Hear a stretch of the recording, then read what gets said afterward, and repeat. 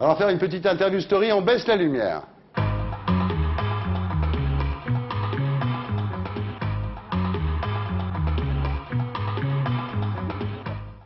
Donc on va regarder un petit peu une belle histoire, l'histoire de... Vous connaissez l'histoire de Florent Pagny, Peggy?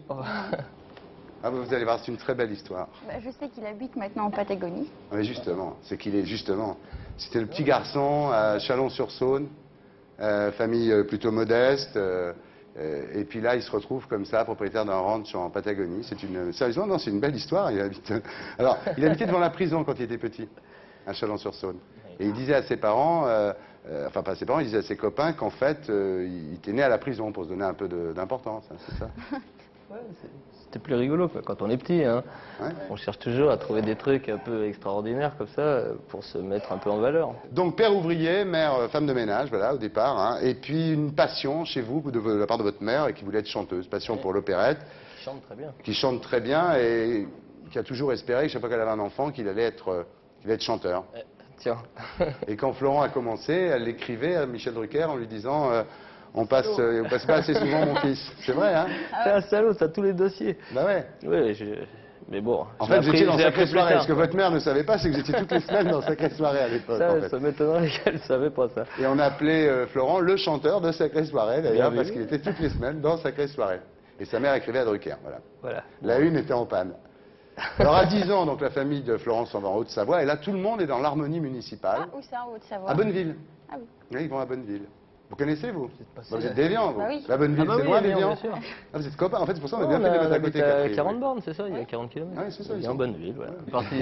Vous pouvez poser des questions, Jean-Marie, hein, si des fois il y a des points qui vous semblent un petit peu Je remarque obscurs. que Peggy elle se met à parler dès qu'on la met à côté d'un beau garçon, tu vois. C'est pas pour dire, mais elle est quand physique, même... ça compte quand même, hein. Ah oui, Vachement merci. plus éveillé que tout à l'heure. Ah hein. non, c'est pas vrai. Ah, c'est pas vrai, j'ai regardé la télé, elle parlait beaucoup à côté de C'est moi. vrai, Ah oui, un oui, peu. oui, oui. T'es gentil. Ah, plus même, je trouve.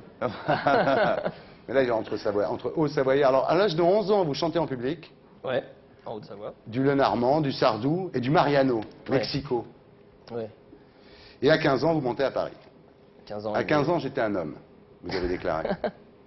Non, c'est vrai qu'à 15 ans et demi, tout seul à Paris, d'abord, c'est mieux pour moi d'avoir été un homme. Donc, j'aurais été une gonzesse, ça m'aurait fait autrement. Donc, c'est plus compliqué, À 15 quoi. ans toute seule, oui, à Paris. Vous avez fait le même travail. Ça s'est bourré Vous dans la arrivez à quel première âge semaine. Et puis, ça serait arrêté là. Tandis que là, t'as pu quand même Oui, faire oui. une carrière. C'est quand même pas un exemple à donner aux parents, quand même, hein. En tous les cas, Florent, il a tenu bon, parce que c'était pas drôle, hein, là, vous dormiez à l'armée du salut. Hein. Oh, oui, enfin bon, mais en même temps, j'étais pas à l'armée du salut, des gens qui n'ont plus rien. Il y a un centre armée du salut où tu payes 700, enfin on payait 700 ou 800 francs à l'époque, on était Ah, pris vous en cassez charge. un peu la légende, là. Parce que moi, j'étais persuadé que vous dormiez sur le bateau de l'armée du salut. Bien sûr, donc j'avais la barbe comme ça, et puis, je dormais dans un caddie puisque je suis pas très grand, quoi. Donc, mais devant l'armée du salut, il y avait quelqu'un pour voir si on me piquait pas, quoi. Oui, moi, c'est ça que j'imaginais. J'ai beaucoup Oui, de- bah oui, non, mais Ouais. ça, et puis il y en a plein d'autres. Hein. Ouais, Comme ça, d'accord. Donc, qu'on j'étais imagine. l'armée du salut à 700 balles par mois, eau chaude. Bah oui, Vous faites plein de petits boulots à cette époque-là. Vous devenez barman au Broad, qui est une boîte homosexuelle. mais bon, voilà, ça me permet. Quand certaines personnes voulaient m'aborder sur ma part homosexuelle, je pouvais leur répondre que j'avais réglé mes histoires et que j'étais On vous dit pas que j'ai participé concerné. visuellement, j'étais dans la même pièce, mais c'était pas mon truc. Non, c'est pas mon truc. Mais vous étiez vachement sage en fait, parce que vous dites en parlant des filles, les plans glauques, je les ai connus, les plans partout avec des nanas qui me tiraient par le pull et qui m'emmenaient dans la chambre. Mais je voulais pas y aller, ça me faisait flipper. Oui, ça m'a jamais tellement branché. Donc à un certain moment. Non, je dis ça pour Peggy parce qu'elle cherche un type bien.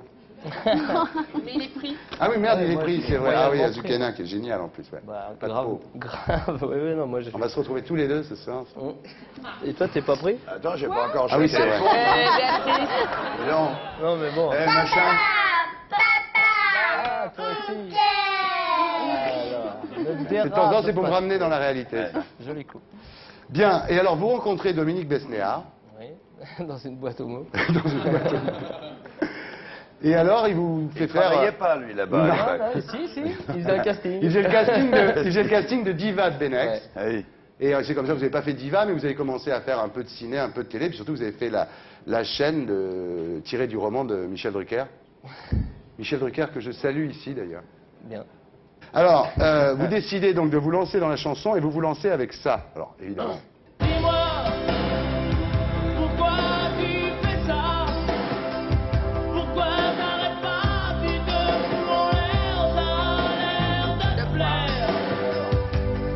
26 semaines au top 50, Ah ouais, ouais, on reconnaît que c'est tentant. Hein. 1 million d'exemplaires vendus.